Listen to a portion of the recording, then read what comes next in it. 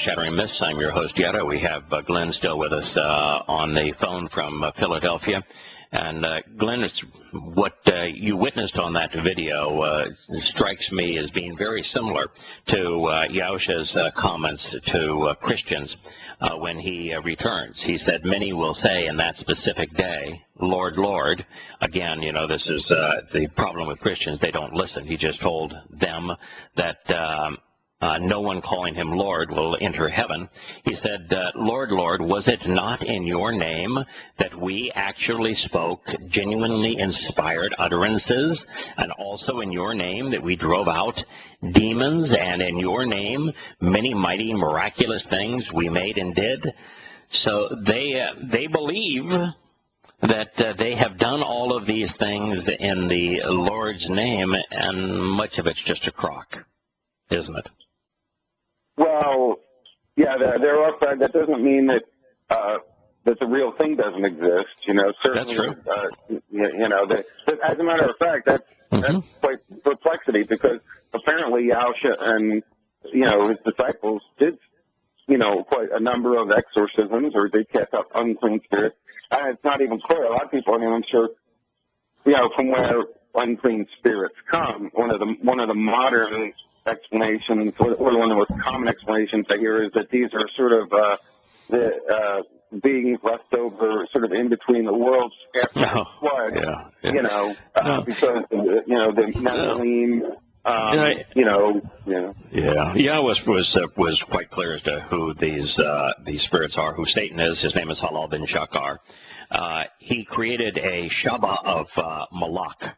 Shaba means we translate typically as host, but it's a control regimen, very similar to military units where there is no free will. And Malak are spiritual beings. Their name, Malak, the descriptive title that they are afforded, says that they are messengers and envoys. Yahowah uses them as implements. They're non-feeling, non-creative beings that are eternal in time, because they're energy-based, and any energy-based being is eternal in time. You can't destroy energy. So they are indestructible. They are eternal in time. They're not stuck in time like we are, but they were not given free will. They don't have a soul. They are incapable of creativity. They're incapable of love. They're incapable of many things, and including being omnipresent. And what God said of these implements, these tools, is that one implement got his nose, if you will, bent out of shape. When God was spending all of his time, all of his energies, all of his devotion was directed toward what he considered to be a lesser part of creation, and that would be Adam. And we are less than these Malak, in the sense that we are stuck in time, that we are physical beings. And as a physical being, if you just study Einstein's E equals mc squared, you understand there's a huge energy difference, power difference between a material entity and a energy-based entity. And so as an energy-based entity and existing previously, Halal bin Shakar, one of these Malak, decided that he wanted to he wanted to be God, and he was going to show God that this being that he had created was worthless, and would try to lash back at God for his fascination with his being, for the express purpose of angering God by his ability to corrupt us. And so when he rebelled in this way, since he does not have free will, the consequence was expulsion, demotion, expulsion, and eternal separation. And so what we're told is that Hasatan the adversary took about a third of the Malak with him. And so these demons are messengers of Satan. They are Malak, just like the rest of them. They're spiritual entities that have now allied themselves with Hasatan. And Sheol, which is the abyss in Greek, is specifically created for Hasatan and these fallen spiritual messengers, because they can't be killed and they're going to be eternally separated from God, they have to be imprisoned. And that's what God has said he's ultimately going to do with them. So that's kind of in a nutshell who they are.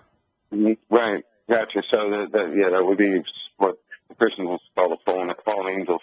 Mm-hmm.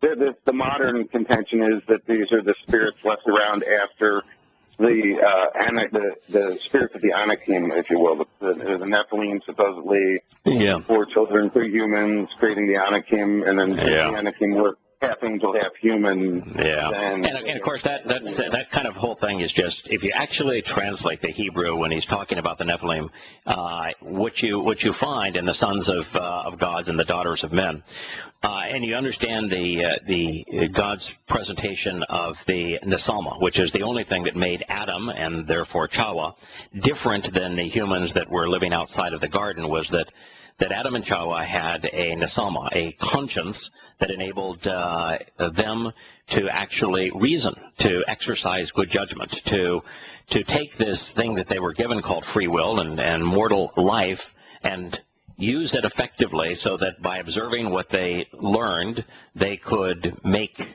rational moral decisions. And so the sons of God were those humans inside of the garden that had a nesama, and anyone after they were expelled from the garden that they gave birth to would also get this same gift of the nesama. Well, the daughters of men were just the Homo sapiens out there that did not have this gift, and so that's really the explanation. That's what existed out there, and the nature, the names that are given to the various players really just describe their characteristics, which is that mankind outside of the garden was a pretty savage animal, and that as that savage man outside of the garden received this ability to think with the nesama, he became really destructive, and that's why God was put in a position around year 3000 BCE, that would be year 1000 Yah, why he had to have that regional flood in Mesopotamia, so that he could do a reboot, if you will. It's kind of like when your computer stops working effectively, you have to do a reboot. Well, he had to do a reboot because man was so savage that with the benefit of this ability to think, he was at the cusp of destroying life and himself and this opportunity for us to have a relationship with God way earlier than God's timeline would have allowed us to have this choice to come to know him. And so that's why he rebooted, and he specifically says that all humankind except the 8 on the ark were, with a nesama, with a conscience, were destroyed in that flood. Wow. Yeah, the earth was full of violence. People, when they look at Genesis 6, they often gravitate to the Nephilim thing, but they'll gloss over the fact that the primary characteristic was the earth was full of violence. Yes, correct. And if you look at the meanings of Nephilim and each of the words that God uses there, it's a shame that we pick words to transliterate and not translate. And the ones that the difference between transliterating and translating is transliterating, all you do is you replicate the sound. You translate, you convey the meaning. And, names should always be transliterated because names do not change one language to another. But all words should be translated. Nephilim is an example. It's a word. It should have been translated, not transliterated, giving this misimpression that there was a special kind of being. It's just a descriptive term. Gotcha. So that's part of how we're misled. I wanted to bring up one other thing.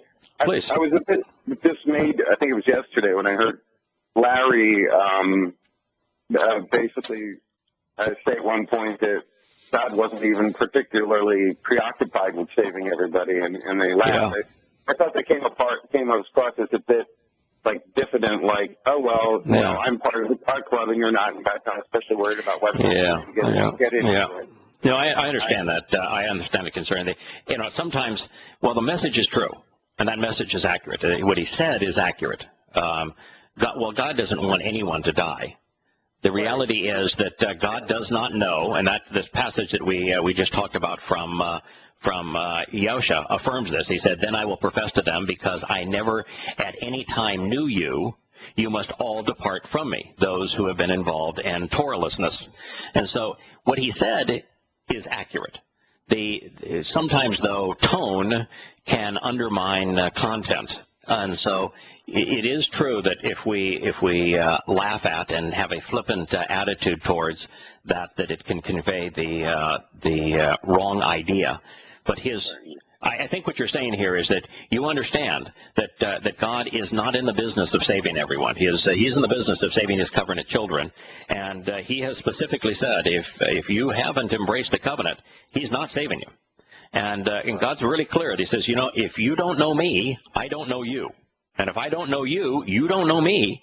And the only way to have an eternal relationship with me is to get to know me and then accept and act upon the opportunities that I have given you. So his statement was absolutely true. It's just that God would view it as very sad, not gleeful. Right, exactly. I think it was the chuckling at it that kind of grated on me. Yeah, can I just say this in his defense? I mean, we're obviously in agreement here. So I just want to say one thing in his defense. There's something that Larry does that most of us don't have to deal with on a daily basis, and he has a site which I've never been to, but as I understand it, the purpose of the site is to invade kind of forums where people are all lying to one another in terms of the wondrous nature of the Christian religion. And he goes there and pokes and asks questions, stirs up the hornet's nest, if you will, to get them, to encourage some of them to think. And every now and again, and it happens actually more often than you might think, someone that is in one of those sites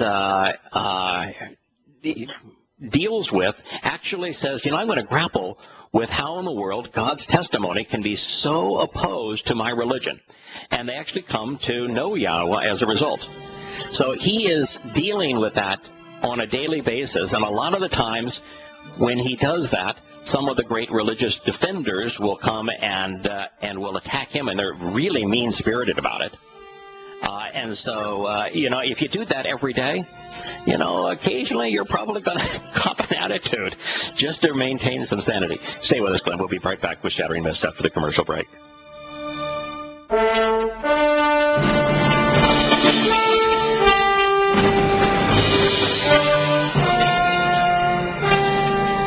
Welcome back to Shattering Myths. I'm your host, Yahowah. We're having a conversation with Glenn, calling in from Philadelphia. Just one of the things I wanted to add to that, Glenn, and obviously we're in agreement here. I have found it difficult, and I just have chosen not to do it. I do not participate in any online forums. I don't even participate in the Yahowah forum, which is really quite active in terms of people discussing Yahowah's nature and doing their own studies of Scripture. It's filled with really remarkable people who are extraordinarily knowledgeable, who have devoted themselves to coming to know Yah better. But the other thing I choose not to do is I don't ever go out of my way to kick the hornet's nest. If somebody writes me, I'll respond to them. If someone calls me, I'll respond to them. But I really don't ever go out and say, let me walk into a church and say, you guys are all completely lost. This is what you're doing here is completely opposed to God's testimony. And so there is some advantage of someone like Larry being willing to do that. I get a lot of letters from people who have said, he rocked my world. He came in and posed questions, stating the witness of Yahowah, which impugned my religion, and I checked it out to see if what he was saying was true, found out it was true, and have, as a result, come to know that he was telling the truth. And so there is an advantage. Attitude and kind of the laughter aside, I hope that you can see that there is an advantage. I really do like I really liked Larry. You can probably tell from our conversations. Although we've never met personally, I've come to know him over a long period of time through email and through the programs like this. And he has really an excellent understanding of Yahowah's testimony. He is really adept at knowing what statement from Yahowah to present that is germane to the specific subject that we're talking about. You know, but oh yeah, I wasn't throwing him under the bus. I'm just saying that kind of made me wince a little bit. Yeah, no, we're in agreement here. Here's the passage. I had a moment to look it up here relative to your question on the Nephilim, and so here's maybe I just start with the 6:1 because it's in 6:4 where they come up. If you have a moment, let's kind of walk through it and see what we can learn. Here's Bereshith, Genesis 6:1.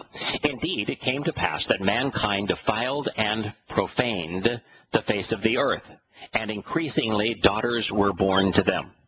All right, so what God is saying is that once Adam and Chawah were expelled from the garden, and they began to interact and intermarry with the Homo sapiens that were outside of the garden at the time, that things got really bad.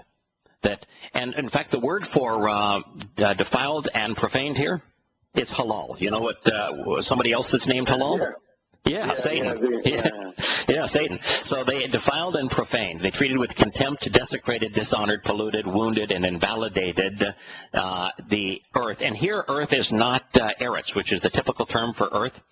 It's Adamah. And Adamah is a derivative, of course, of Adam. And so what they were defiling here is Adam, humankind, of mankind is what they were defiling. It's kind of really fun to get to read actually the Hebrew words that underlie our translations to see what he's talking about. So you've got halal, Satan, defiling Adam here. And increasingly the daughters were born to them. So he's talking about they went out of the garden and they gave birth to their kind. All right, moving on to the next statement. And the sons of the Mighty One, this would be the sons of Elohim, the sons of God. And who were the sons of God? They were at that point, it was the Adam, Chawah, and their children, saw that the daughters of men were really beautiful. So those who left the garden saw that, there are Homo sapiens out there, and they got some pretty cute babes among them. And so they now married them. So now they took any of them they chose and desired as their women and wives. Now, they had an advantage. Those that were expelled from the garden, they had a nesalma, which is the one thing that makes the animal man distinct from other animals. We have the ability to reason. And so with the ability to reason, those who were booted out of the garden had a distinct advantage over all of the other Homo sapiens, and so they could choose whomever they wanted, and they did, and they picked the prettiest babes that were the Homo sapiens outside the garden. That also tells you that Adam and Chawah weren't the only humans. Otherwise, they could not have married other humans. Correct? So we have one myth that's resolved. Now, Glenn, please stay with us. We'll get to the Nesalma in just one more statement, and I think this is an interesting discussion. This is Shattering Myths. Back in a moment.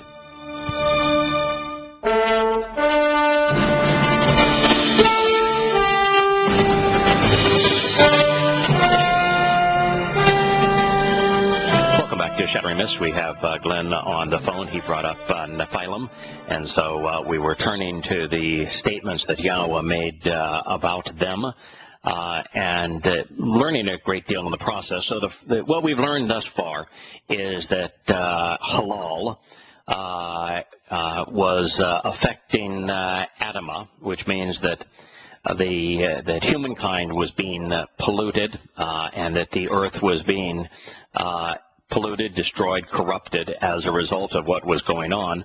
And then God talked about how the sons of men of God married the daughters of men, which would tell you that this product, which we're going to use Nephilim at the moment as a title, it's really not. It's a descriptive word, but they are the product of Adam and God's creation in the garden with a Nesalma, with the Homo sapiens without a Nesalma outside of the garden. All right. So God then says, Yahowah said, "My spirit will not remain in, contend, and plead with mankind for an unlimited duration of time. Also, as a result of him being flesh, his days shall be 120 years. So God is specifically now limiting the lifespan of humanity, and I think he's doing it because this notion that God originally wanted us to live as immortal life as long as possible, because that gave us the longest possible time to say, I think I'm going to take God seriously and come to know him, and then you have the greatest opportunity of actually responding to the terms and conditions of his covenant. But it turned out to be counterproductive, because rather than man growing in his yearning to know God, we grew in our yearning to be aggressive and deadly and corruptive and manipulative. And so a longer living man became a more profane man. So he limited the duration of time. So then God says, this is your comment on the Nephilim. The Nephilim, and it's from it's the plural of Nephal. Nephal means those who prostrate themselves, those who bow down in a religious environment, have fallen away. It's those who have fallen away, those who are oppressed and who are oppressive, those who are cast down, those who die. That's what Nephilim means. So he's speaking of man now as a religious creature. Man as a creature with destined to die, which is all religious beings are destined to die, their souls being extinguished. So those who are religious and destined to die existed in the land in that day and also afterward. So he's speaking of the birth of religion and the consequence of that religion, which is death. And he even preceded it by saying, you're only going to live 120 years now. That's going to be the maximum amount of time that any human's going to live. And he's speaking about the people then in the land became religious and they were destined to die. So much for the myth of a people called the Nephilim. It's just a descriptive term. And indeed, relationally, the sons of God came to and pursued the daughters of man, and they bore children to them. So this is a explanation of what he said in the previous statement. These men were renowned for, they were famous for, they had a reputation for magnifying themselves, going off to war, and behaving like arrogant tyrants. This is the Gibor. Sometimes it's transliterated as opposed to translated, but it's describing the nature of the resulting entity, that this religious being, which was destined to die, magnified themselves. Boy, is that ever true. We go off to war. Boy, is that ever true. And we behave like arrogant tyrants. It's true as well, isn't it? He says that's been the case from the very beginning. So God's just simply laying out here. You want a history of what happened after the garden? I'm going to give you one. Here it is. Yahowah saw that indeed the evil intent, the wickedness, and the depravity of mankind in the land was great in magnitude and quantity. And his every inclination of his heart and thoughts of his mind were bad all of the time.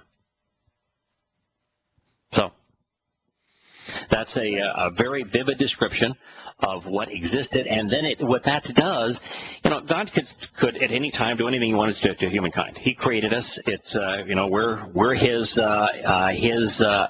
because the universe is his that we live in. Our very lives are a result of his creative act. At any time he could have said, I'm just done with this. This has become annoying.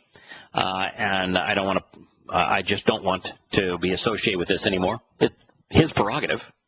But what he's doing is saying, I'm not going to be that way. What I'm going to do here is I'm going to explain to you what my original intent was and how things went south. Because I gave free will, I gave the ability of man to choose, to be good or bad, to love me or reject me. I'm going to tell you what happened. And then I'm going to tell you my response to that. And then Yahowah truly grieved, regretting that he had created Adam, along with the earth. His heart was emotionally distressed, filled with grief and sorrow. Yeah, he repented himself. Yeah, I mean, he's really sad. Wouldn't you be? I mean, you had this wonderful relationship with Adam. You created this entire universe and this special garden just so that you could have a relationship with humankind. And you know that for it to be real, you've got to give Adam the choice to reject you. He does. And that this is the result. Wouldn't it be? Like watching your child join a street gang and becoming a pimp and a pusher. It's exactly the same. And what would your feeling be as a parent? Right, exactly. You'd be very grieved, wouldn't you? You'd be saddened. Heartbroken. Yeah, heartbroken. And that's that was Yahowah's response. And so he's really laid it out for us. I mean,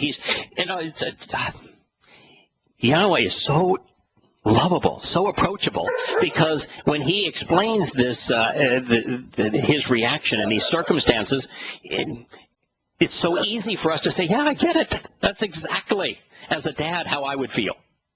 He doesn't put himself up on this pedestal and says, everything I do is perfect. I get exactly what I want. It takes the exact opposite approach. He says, I'm approachable. I've got feelings. And sometimes what I want to happen, but I can't control, because if I begin to micromanage it, I interfere with free will, and then the whole relationship idea is for naught. Things don't work out the way I'd hoped. So Yahowah said, I will eliminate the man whom relationally I have created from the face of the ground, the Adamah, the earth and the soil, because the man, Adam, has preyed upon the living creatures who move about and winged animals who fly in the sky. Indeed, because I am grieved, regretting that I have made them. It's exactly what you would expect God to do. He doesn't have a relationship with any of these people, and he has no chance of having a relationship with any of these people. There is no hope for any of them. Given that, I think the most, I can think of a million questions, of course. Yes. But, the most pressing is that what most people are concerned about in terms of afterlife or consciousness after death. Yes. Is whether or not this involves the unsaved person experiencing eternal conscious, suffering, psychic and physical suffering. There's this separation with God, or does the person simply cease to exist and be conscious? Yeah, the ultimate explanation is very clear and is presented hundreds of times, that our souls are mortal, and that the vast preponderance of human souls simply cease to exist at the end of their mortal existence because they don't associate themselves with the source of life. So there is no torment, there's no pain, there's no judgment, there's no nothing. They go from I witnessed it. I'm sorry, sir. Yeah, I witnessed it a number of times when somebody is alive and then they're no longer alive, particularly someone who doesn't know they just, the physical body is there, the soul is gone. And the soul just fades into oblivion. There's no pain, there's no suffering, there's no anything. It's just over. But for God to be just, those who deliberately, through religion, they use this Nephilim kind of concept, through religion or through through force, led people away from God, there has to be a consequence for that. They can't just simply have acted this badly, corrupting the world, and not be judged for it. And so he does say that there are those, upon their death, they will be judged and they will be sent to eternal incarceration with Halal ben Shakar, with Satan. So really the only question is, in this process, is whether or not those who die that God does not know actually, are they actually judged so that God awakens them to say, all right, let's have a trial to see, or should your soul be extinguished, or should your soul be sent into Sheol? Because that's really if you're being judged, that's it. Those are the two options. Does God do that, or does God only judge those who have deliberately led people astray, so that if you're being judged, you're off to the abyss? I don't know that one for certain, but I can't see a reason why bother tormenting somebody with a trial. Why bother awakening them to say, oh, by the way, you were a victim, you were not a perpetrator, so I'm going to annihilate your soul now. I just don't see. I see the annihilation of souls, which is the destruction of souls, which is presented so often throughout the Torah, prophets, and Psalms. I see it as a consequence, not as an act. It's certainly not a penalty. And so what I see is it's just you live. You didn't avail yourselves of eternal life, the doorway to life, which is Passover. You didn't avail yourselves of unyeasted bread to be perfected and cleaned. You didn't avail yourselves of Bokodim to be adopted into God's family. And because you didn't, once you die, your soul simply ceases to exist. I don't think it's anything more than that. Well, that would be pretty much what, like, your average materialist, logical, positivist, atheist would believe anyway, and like right. The extinguishing annihilationism. So it's like, right. Oh, well, they'd be happy with that anyway, because that's what they were expecting in the first place. Exactly, and that's what I think is so fair about it. You get what you you get what you deserve. You get what you want. It's the only people that don't get what they want, but they do get what they deserve, are the victims of religion. They don't go to heaven, so they don't get what they want, but they do get what they deserve, and that is that they simply cease to exist. They were victimized. God made his testimony available to them, but they did not avail themselves of his invitations, and so it's simply over. We'll return to Shattering Myths in a moment.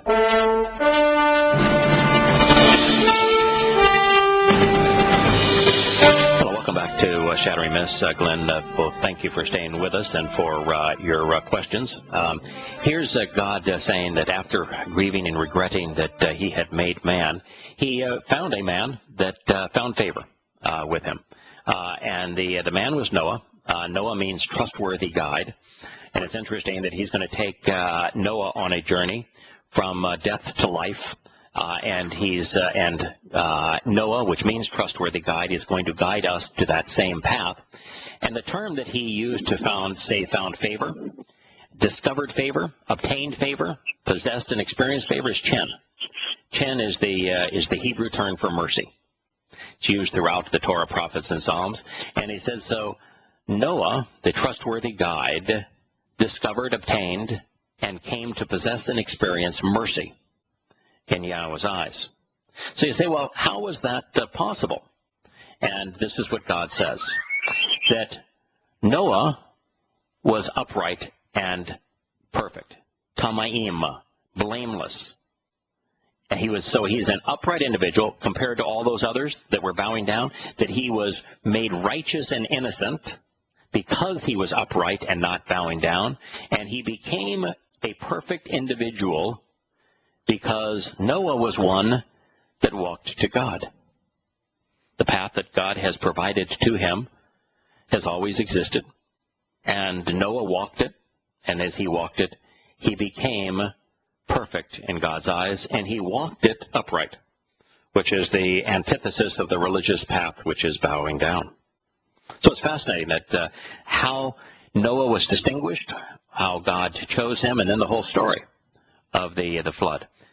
One of the things I want to do, and I hope to get to it before too very long, is one of my favorite stories in the whole Torah, prophets, and Psalms is the flood, because it's one of the most misunderstood. We can time the flood from the Berkel impact crater. God specifically talks about an upwelling of seawater that would have resulted in this. We have absolute proof that the flood occurred when God said it did, that it was a regional flood that went up Mesopotamia all the way up to the Black Sea, which is where 100% of humans were that had a nesama. God said it was specifically to deal with the humans with a nesama, those who were evil and polluting the mankind. And so every aspect of it is scientifically accurate, and yet people consider it to be a myth, mainly because of misrepresentations of what the Torah account actually reveals. So what do you think, Glenn? Is that a decent explanation of who the Nephilim were and what events took place outside of the garden?